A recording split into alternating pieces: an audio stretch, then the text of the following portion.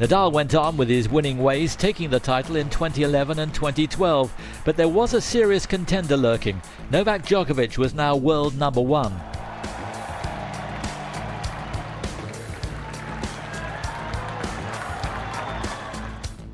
The two met in the 2013 semi-final, with the temperature pushing 30 degrees and the tennis, too, scorching.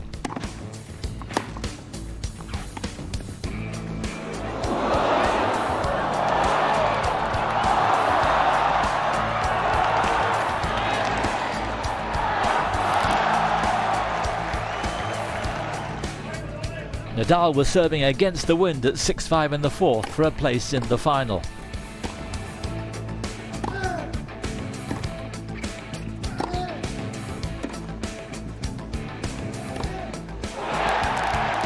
But Djokovic remained resolute and broke to level the set.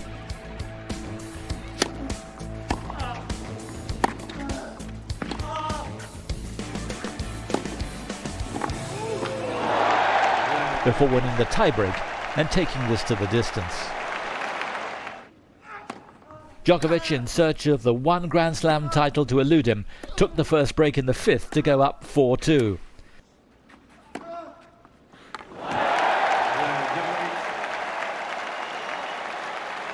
But Nadal began to reel him back as both men produced scintillating tennis.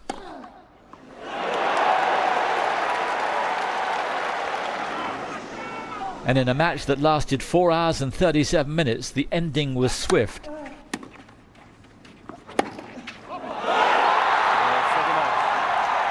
The final score, 6-4, 3-6, 6-1, 6-7, 9-7.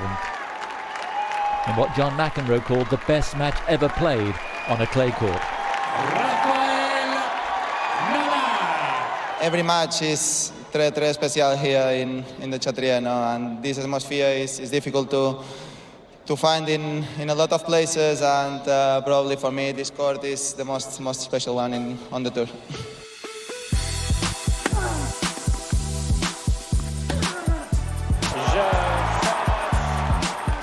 Nadal went on to win the title, defeating countryman David Ferrer in the final.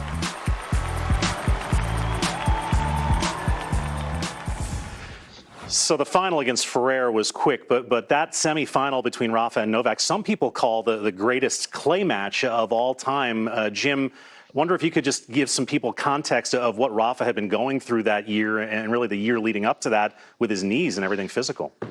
Yeah, he had a 7-month break from the second half of 2012, missed the Australian Open, picked it up in South America on the clay, got started down there. But by the time he got to Monte Carlo, he was starting to feel a little bit more comfortable and confident that his knee was going to support him. Novak would beat him in Monte Carlo. He would not lose another match from there on his run to that Roland Garros title. He'd win in Barcelona, Madrid, Rome, and then did put a beating on David Ferrer.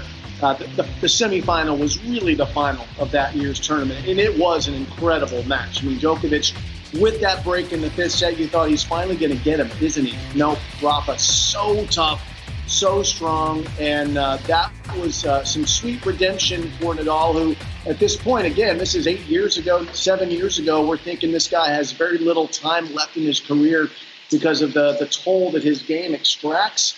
Here he is in 2020, and he's still the guy we're talking about at Roland Garros as a pretty good favorite. Yeah, there's been a couple of times during Rafa's career where he's been out with injuries that a lot of people have wondered, okay, is this going to be too much for him to come back? And that was certainly the case at the end of 2012 when his knees were so bad. He didn't play the Australian Open.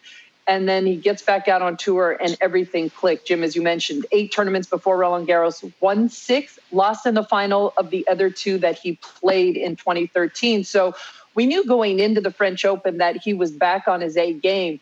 And you're right, that semifinal had everything. And that was a real heartbreak moment for Novak there, to be up the break in the fifth, not be able to win there, yet he was looking for the career Grand Slam, and he couldn't come through in Paris, and Rafa was able to stop him once again.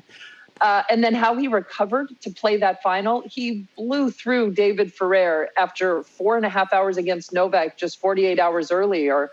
He was amazing physically and played amazing tennis in that final. I see you Sorry, smirking. I think I need to build an ark.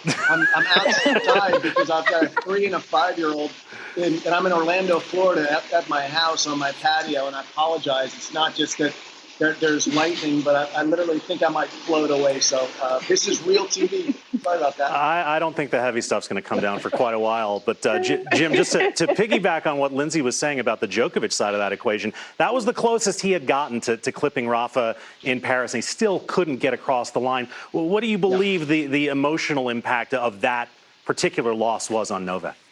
Well, I think it gutted him. I think it dented his confidence because he pushed through, like Lindsay said. He was trying to win 4 in a row. He was already kind of become a big deal. He'd beaten Novak importantly. He beat Rafa importantly in Monte Carlo. So that would have given him the confidence that he could do it. And he didn't have the physical questions.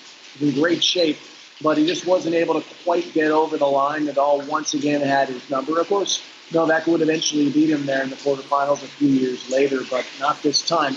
And everyone knew that whoever won that match was going to lift that title. So that was a de facto final.